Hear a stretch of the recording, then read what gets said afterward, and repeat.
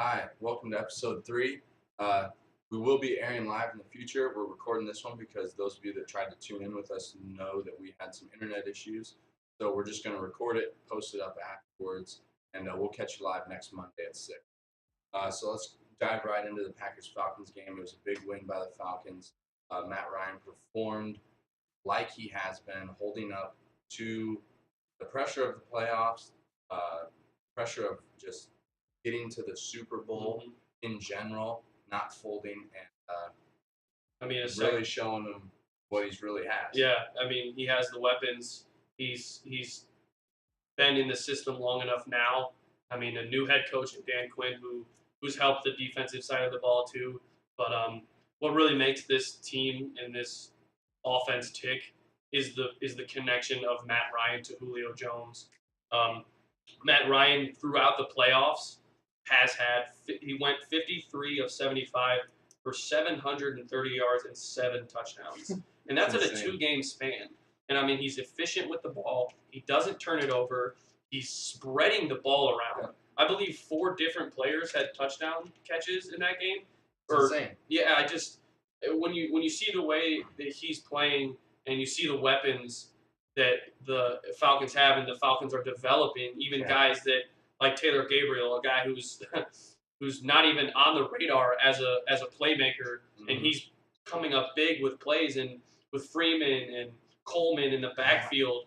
That offense is on a tear, and I think the Packers that defense was sort of like a bend don't break defense, and they busted wide open. Yeah, definitely. And it was kind of over after, you could just sense the way the game was going. Oh yeah, especially with the home crowd. Yeah, the home crowd was rocking. The last game in Georgia Stadium. They're building a new stadium right next to it, multi-billion-dollar stadium. So the Falcons are clearly on the rise as an organization. Oh, yeah. They're only their second appearance in the Super Bowl. Julio. Yeah, I mean, I think that Dan Quinn is probably the X factor in this team, the head coach, in the way that they've gone from being a team that's not necessarily, they've kind of been in the middle, and I've known of Atlanta fans who they're kind of they don't expect to ever they know that their team is good, but they never expect to make it as far because they just think that they're going to blow it because they have in the past. But this team is clicking. Their offense is clicking. I mean, they ran into Aaron Rodgers, who was as himself was on a tear.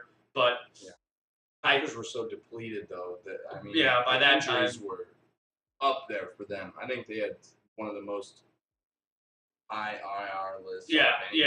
And there's only so much Aaron Rodgers can do for this team. Yeah. I think partially there was part of him that knew that he knows their defense as well as anyone because obviously he's on the team and he sees practice and he sees game film. Yeah. There's no way that he didn't know that his defense was going to get torched. Yeah. He's smart enough. He has the football IQ to know that once his team is down, 20, 25 points, there's not a whole lot he can do. He can score all he wants. But that defense could not stop the Atlanta Falcons. No, I totally agree. And, I think the Packers should be proud of the year they had, though, because of how many injuries they did have. They just continued. The next man continued to step up, until they they couldn't go anymore. Yeah. And they ran into an offense that is clicking. That was a lot more healthy. They have a lot of young talent. Absolutely. And it's just, like you said, they're on the rise. Yeah. And they're going to run into a team like the Patriots. Yep. Who just beat the Steelers. Yeah. Which, the Steelers, they were kind of on, they had a great season as well. They have the weapons. Their defense had been playing a lot better.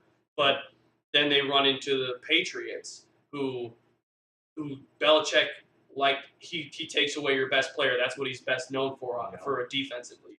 So he took away Antonio Brown. Antonio Brown had 7 catches, and for Antonio Brown, that's not That's nothing. That's not as high as he's usually. No. He's usually affecting the game way more than he did. Substantially. And I mean, with Le'Veon Bell going out early, that hurts them. Yeah. That hurts their game plan, what they want to do. Some are going to say that lost it for him. Yeah, D'Angelo Williams is tighten down. probably the best backup running back in the NFL, but he still is their backup. Yeah. You know, he's not as good as a pass catcher. He's just not. He wasn't built into the game plan that they had ready for the Patriots, and I think the Patriots they're better prepared. One step ahead. Yeah, I mean they've been there a million times. So I think as far as the Patriots winning, and now it's Brady and Belichick making their 7th Super Bowl appearance. 9th for the franchise. It's kind of amazing to see in a sport as hard as the NFL, and as hard as the NFL is to you never see teams repeating. You know what I mean? A dominant team can be dominant for a flash. I mean, look at the 49ers. They were in the Super Bowl less than 5 years ago, and now they have the 2nd pick overall in the draft. They had 2 wins. The NFL. It just recycles talent so quickly that it's so hard for a team to stay on top for so long. So to see what Brady and Belichick have done together is absolutely it's amazing to watch. We're watching history be made. So I think as far as a Super Bowl preview and what the Falcons have to do to beat the Patriots, I think they have a decent chance. Yes, I think they do too. Out of between the Packers and the Falcons, just again, I'm sorry I'm reiterating, but going back on how many injuries the Packers had, I don't think it would have been a really good matchup for Patriots. I think it could have potentially been a blowout with, I mean, that team. And I think the Falcons were the team meant to be there and are going to give the Patriots a run for their money, if not steal a ring from Brady and Belichick's I think this mantle. Is probably one of the best offenses that the Patriots are going to play in the Super Bowl. Yeah. I mean, one of the best ones they've had to face. This Atlanta team is on a historic run offensively. Yep. Who do you think's going to win? Well, gosh, that's a tough one because, like we've been saying, I'm okay with either. Yeah, I personally I like to see a team dominate, but then again I like to see the newcomers. Right. Yeah, exactly. It'd be cool to see them all get their first. But and stuff. if I have to make a prediction, and I mean, there's no way I'm going against Brady Belichick. That's what I'm saying. Everything, all the positive things that we've been saying about the Falcons. It's just the Patriots have been here so many times. They've been here. They've done this. They're not. I feel like they're preparing just like any other time. You got to take your opponent serious. You can't play lackadaisically. You have to go in every day like you're playing the best that there is out there, and that's what they do. So I just feel like mentally they're way more prepared. I mean, No, Gronk's out. He's out. Yeah, that's their best offensive weapon has been out, and they're still dominating. And they're still tearing through the AFC. It's gonna. I think you're right on that one. But I would like to make a little bit of a transition here into the old NBA. And we're going to kick it off with Jared's Player of the Night. It's going to be a new segment we're going to be doing. Just whoever had a good stat line either the night before, so mainly Sunday, or just maybe throughout the weekend if something catches his eye. I mean, I'm sure if somebody drops 80 points on a Saturday, he's probably going to mention that. We'll mention it. But yeah, so last night, the Suns upset the Raptors behind Eric Bledsoe's 40-point, 13 assists, 6 rebound game. I mean, he shot 11 for 17. He's quietly had a very good season. He's sort of coming into his own now. A little bit towards the beginning of the season, he kind of deferred to Devin Booker and T.J. Warren, but T.J. Warren's been hurt. Devin Booker, he's still a huge part of what they do, but Eric Bledsoe is taking control, and I think when he takes control of this team, they're young. He's an absolutely dominant player. You watch the way he attacks the rim. the way he shoots the ball, the way he assists. He's a top tier point guard probably that no one knows about or hears about because he is in Phoenix. He's on the West Coast. He doesn't get as much media attention as he probably should. I mean, Phoenix is 15 and 29, so I mean they're not exactly making headlines. Right. They're a lower level team. They don't have any big name players. He's sort of their biggest name. Devin Booker has come along as a player that people are starting to hear about because Tyson of how young he Chandler, was. I mean, he's the veteran. Yeah, he's a veteran. They do have a lot of veterans, but when Eric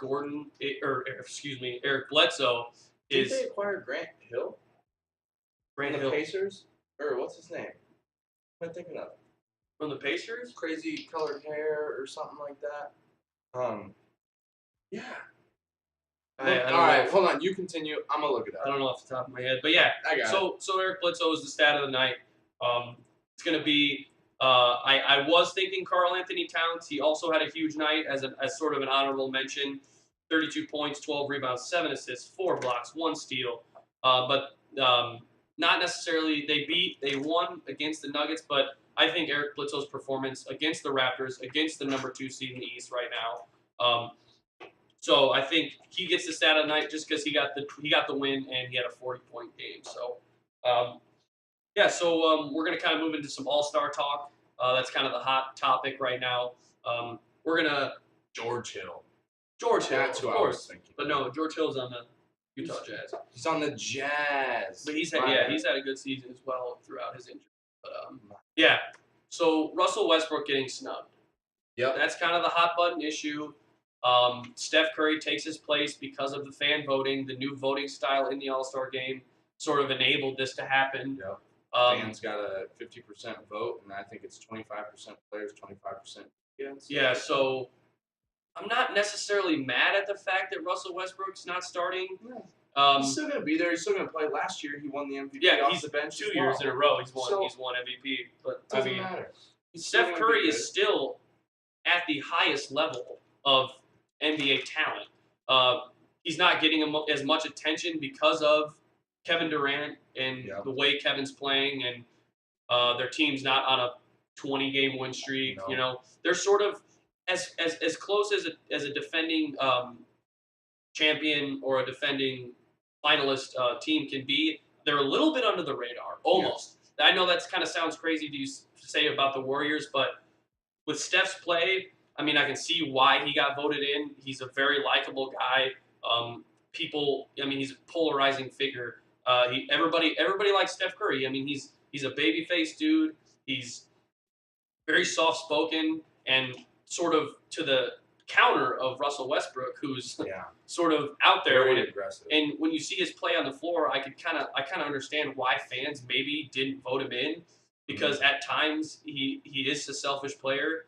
I mean, there are games where he shoots 25, 30 times a game, and the stats come, but he's not necessarily efficient.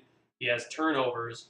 I just think the glorification of the triple-double has sort of kind of gone a little overboard. Yep. But obviously he's playing out of his mind. So yes, I'm not mad at it. I like Steph. I like what Steph does, but I understand why fans didn't vote for Russ to start. Just more popular star internationally. Yeah, I mean it's just across the board. Curry's more popular. That's just what it boils down to. And I mean, quickly here, I'm looking at the starting lineups, both ones, and I think we're both going to say the same.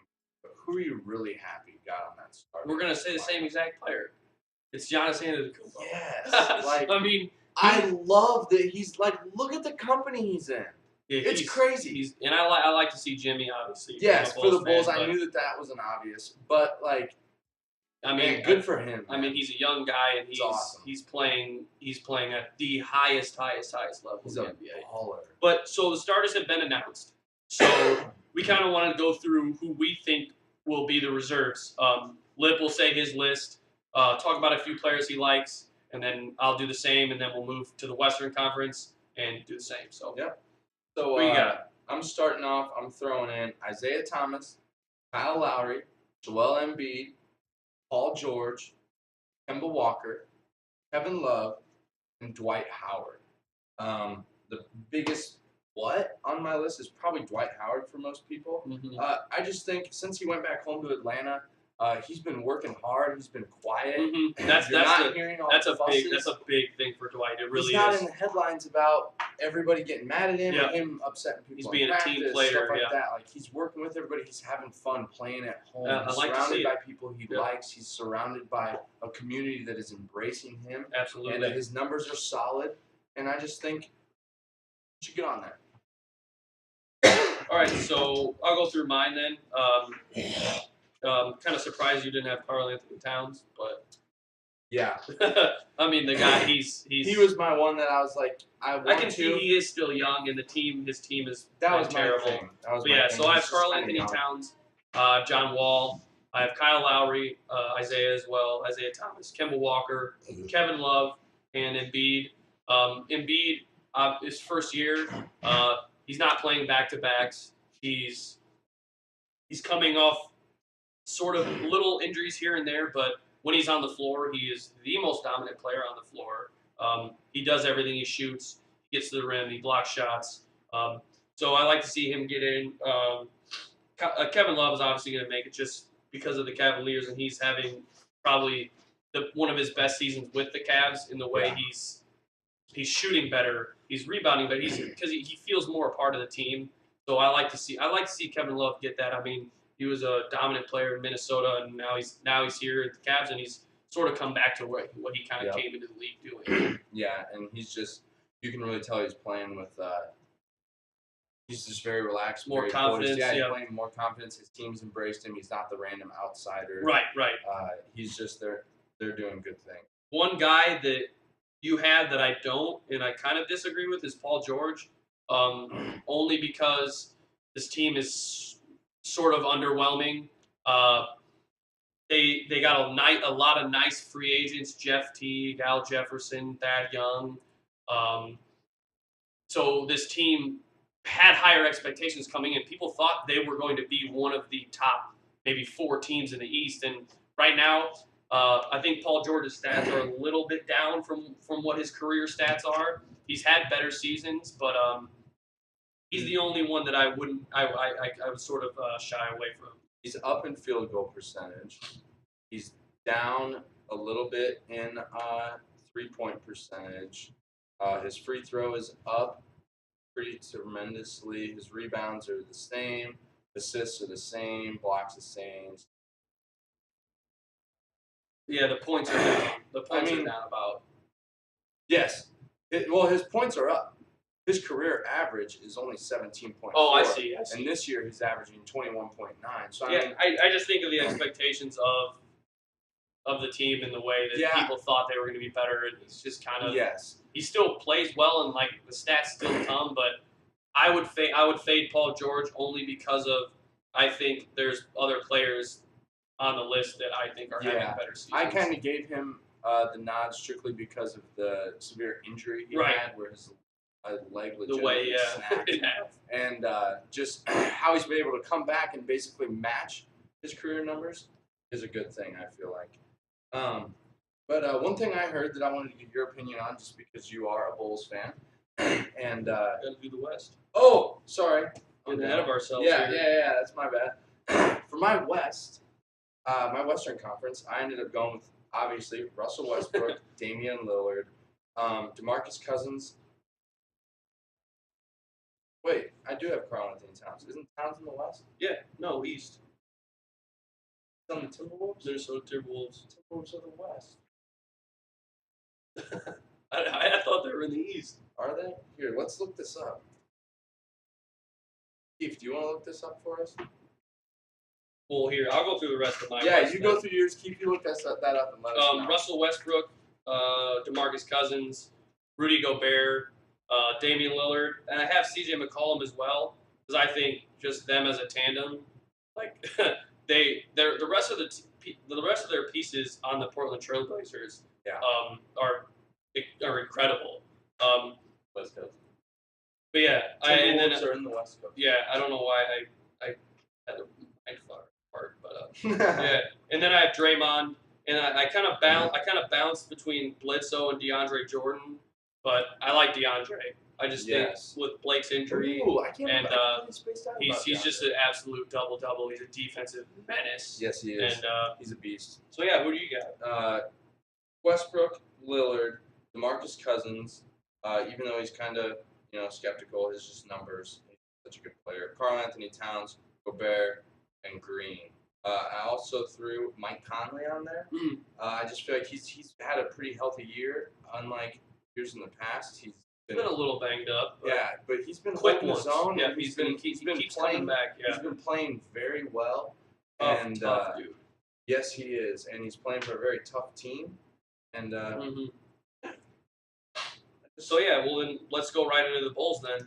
Okay, yeah, I really want to get your opinion on this. It was rumored on ESPN.com, and I read that they're openly shopping Rondo and Mirotic, and they're not really getting a reaction that they were hoping for. Obviously, with Rondo, you're going to expect people to be a little hesitant, but with Mirotic, like, why do you think that is? Like, I hate to throws me off. I hate to really bash on coaches, but I just think Fred Hoiberg I don't know if he's just not getting everything out of these players that maybe someone else could. Yeah. But I mean, Nico Mirotic has through the roof potential.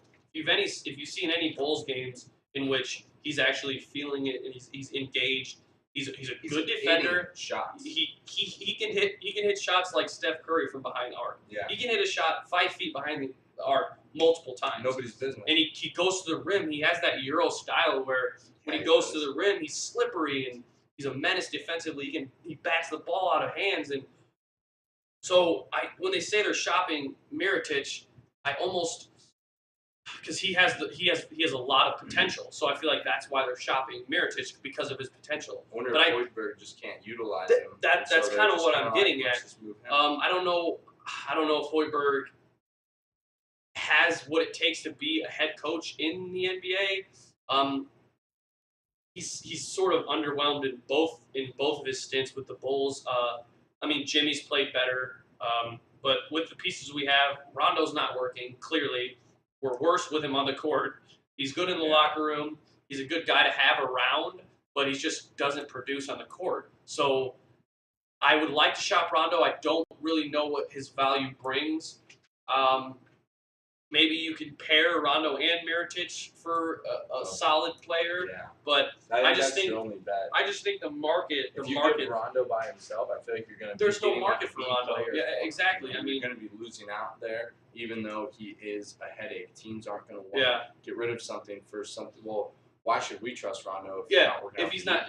Maybe some. I can't even think off the top of my head who could even use him because I feel like he just makes. He makes almost every team he's on worse. Yeah. I mean, he had good stats when he played in Sacramento, but again, Sacramento was one of the worst teams in the NBA, so you can't really say that very dysfunctional. Yeah, you can't. He won't make your team better. So I don't see where the value comes. I would like to get rid of him just to not have him, just to start developing young guys more. But just one last thought here for the NBA before we take a short little break here and go to commercial. I just want to say get well soon for Rudy Gay. He ruptured his Achilles over the weekend, and he was one of my top scorers in fantasy. And I moved him to my IR in hopes that MRI wasn't going to come back, but even though they were basically positive and it came back, so I had to let him go, and that was a rough one. He was getting me basically 20 points a night. So hope you have a good recovery, man. Yeah, it's just a rough one for Sacramento too. A team that's just clawing to stay. Yeah, clawing to get that 8 seed, just to make a playoff berth, and because they have Boogie, like DeMarcus Cousins. Again, he's on the West Coast, and he kind of gets some media attention just from technical fouls and crazy stuff he does on the court. But he's one of the most dominant players that you could possibly have on your team. But again, Sacramento's not necessarily the most. Yeah, definitely. Make sure you guys check out Iron Lion Disc Golf. We are brought to you by them. They are the proud sponsor of the host of the 2017 Amateur World Disc Golf Championships here in the Quad Cities, Iowa, Illinois area. Go to their website at www.ironlionDGS.com and give them a check out.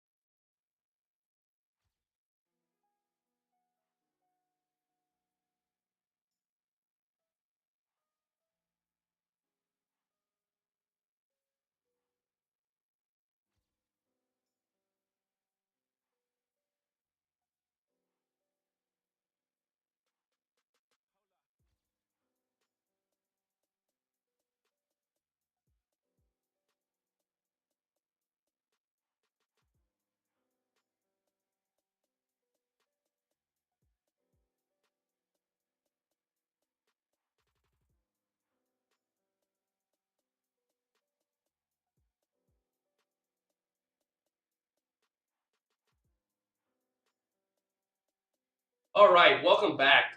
After the break, we always go straight into a disc golf segment. That's sort of Lift's wheelhouse, so we're just going to kind of get right into it. Um, so this week, Macbeth, he kind of had some crazy travel issues in regards to the Aussie Open. Smashbox TV had the full story along with Ultra World Disc Golf. So, Lip, can you kind of fill us in on what kind of went wrong? Yeah, he ended up, he was getting ready to leave, basically. He was going with a group of people, and somebody had to back out because of like financial or just something came up, had to back out. His friend or brother, no, it was his brother was going with him, and they get to the airport, and his brother's visa had an issue, so his brother That's a wasn't able to, nightmare. or no, they weren't at the airport. I'm so sorry, I'm butchering for you. But it that he found out a couple days beforehand that the visa wasn't going to work. So he was trying to get it squared away. It didn't work. They get to the airport, and Macbeth does all get checks through. He gets on the plane. There's an issue with the plane. They're on the plane for like 2 hours. They end up taking him off the plane. Everything's canceled.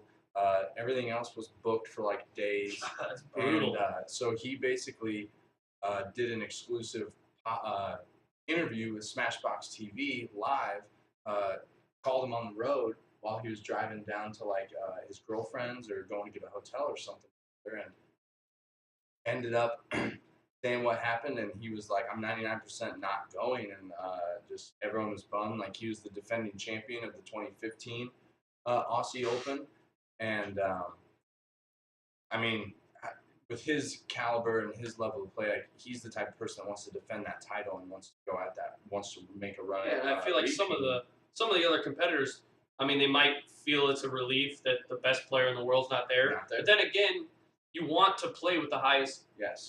caliber competition you can. So just as far as the sport in general, it's kind of a bummer to see the number one player not able to make it. Yeah. You know? And I believe the next day, UC Maresma, he runs Discmania and Disc Golf World Tour and all this. He ended up saying, "Hey, like, we'll cancel all your media obligations, everything like that. Like, we'll switch this around and just make it." And they ended up helping out Macbeth, and he was on his way a few days ago and is going to be defending that title after That's all. awesome. And it's going to be live. Make sure you guys check it out. Um, DiscGolfWorldTour.com, and you should be able to find all the info about it there. If not, just Google the Aussie Open.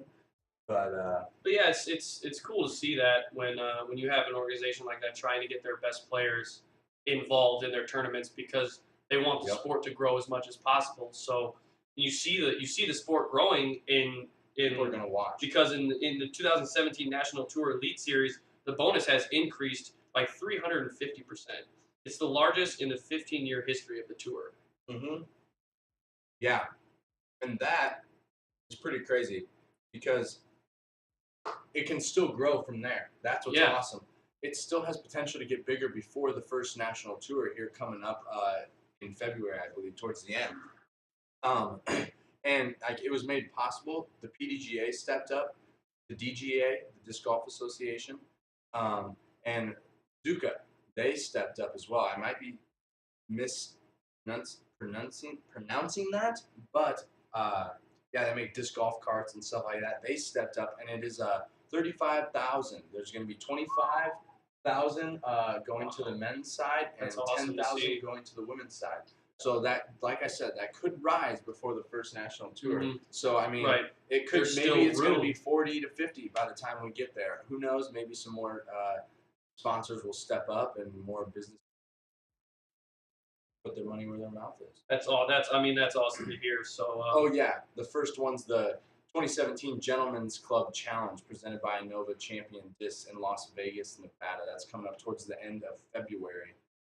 and that's awesome to hear. So, but yeah, at the end of our disc golf segment, like we did last week, we're going to do it every week. We like to call it Lip's Disc of the Week. He's going to give us a disc, maybe just some sort of pointers or anything for someone who's new to disc golf, who's trying to start out, who just tips from someone who's been through it, who's thrown almost probably every disc that there is made. So Yeah. let's just kind of get your take on the disc Good development. speaking. What I'm gonna say, last week I kind of gave you a technique. You can rewatch our episode 2 and catch all of our topics there. But yeah, I gave kind of a more strategy, a technique. Um, this week I actually have a disc, and I recently found my old Star Crow, and I put my Star Crow in my bag. I replaced one of my rocks because I have a few rock 3s in there. So I replaced one of those with my Crow, and played Westlake and Davenport with it. Played Prospect Park with it, um, and I'm glad I put it back in my bag. After throwing it those 2 rounds, I forget why I even took it out. It's great for spike hyzers if you need it to come in for you.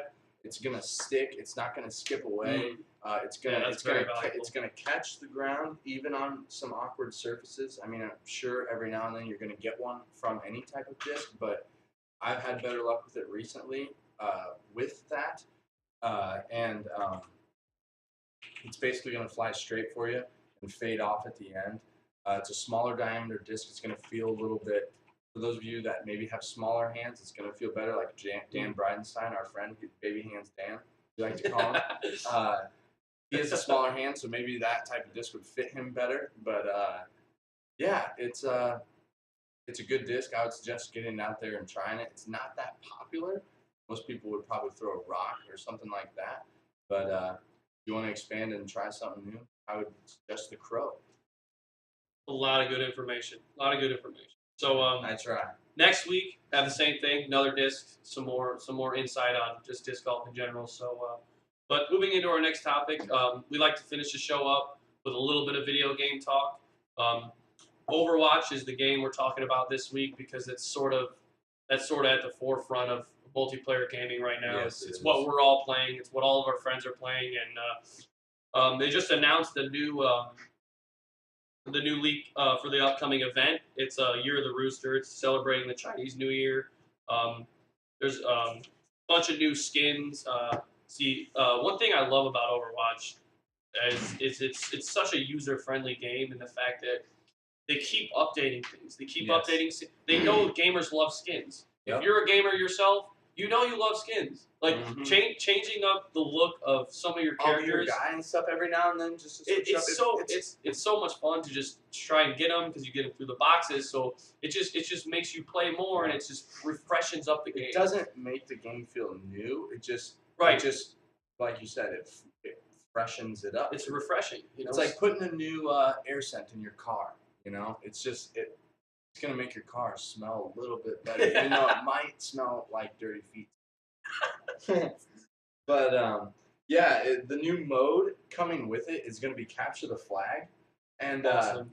I think that's gonna be rather fun. I'm curious to see how it's gonna go. I wonder if there's gonna be a new map for it. Okay, yeah, because they're gonna have to develop maps around capture the flag. Yes, it's not gonna be. I don't think you would be able to. I mean, maybe you could use the same type of map, but just open it up a little bit. Maybe allow a few more buildings to be gone through. It'd be interesting to see how capture the flag would you know, how the maps would lay out in capture the flag itself. Definitely. Because in games in general, capture the flag is always incredibly intense because half of the battle is getting there. Yep. Then once you get to the flag, snagging it, and you got to make it all the way back to yours. Yes, so you do. It's going to be interesting. It's going to be fun to see how it translates into Overwatch because from now all we've had is basically King of the Hill, capturing the point, holding it as long as you can, and then the payload, getting the payload to certain points and doing it as fast as you can. So I like to see Overwatch updating.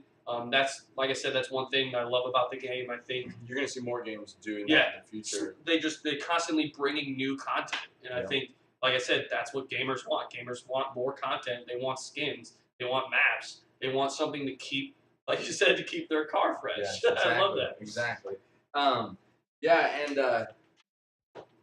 We didn't introduce him in the beginning, but we have a buddy that's going to be helping us out. His name is Keith. He's going to be kind of our producer on set, behind the scenes, running the computers, making our transitions for us, stuff like that.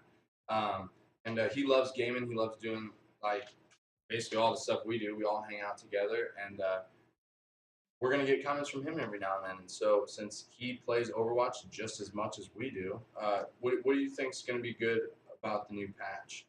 I mean, I'm always excited when new skins come out because I can't tell you how much money I've spent on those The 24 boxes. pack. Yeah, and you're just sitting there and open them. So it's a really smart idea because I mean, how many people buy those boxes when they come out? Oh, Yeah, several. people you're are buying the game, and then you're getting more money out of. And You're then- buying. Oh my gosh. And then people are like, Much man, more. I need to play so I can get those skins. Right. And so that's another reason it gets people to keep playing. And it's just really cool how I like how they're always changing it. It's not just a product they put out and it's done. They're Absolutely. giving you new skins, they're changing character stats, making them Yeah. stronger, weeker and stuff. So yeah, I mean, They're it's constantly adjusting it. it's making it definitely better. one of my top games I'm like addicted to. So. Absolutely. Yes. And yeah, again, that's our producer. He's going to be our on-set producer and just kind of helping us out and making our shows a little bit smoother for the audience and making us seem more professional. Yeah, That's the end goal. Yeah. So, I want to thank you guys for tuning in and catching us this week. It's been a good show. I really Yeah. enjoyed it. As far as like through the internet issues, we're Minus that. gonna have that ironed out next week's show. So it will be live because we love to do the live shows because then at the end of the show we will be doing a question and answer segment. Yeah, we'll So, chat with the audience. Yeah, so we want to get the viewers involved because we want to be talking. We want to just make you feel like you're a part of the show because we love doing it. We're gonna keep doing it. So we hope you guys come back next Monday. And for now, keep watching our YouTube videos. Hopefully we'll have more posted. Yeah, thanks again for coming around, and we hope to see you next week. Yeah, thank you again to Iron Line. We were brought to you by them, Iron Line Disc Golf Supply. Check them out. Their website is posted up on our page. And any questions, just contact us via Twitter or email. Thank you.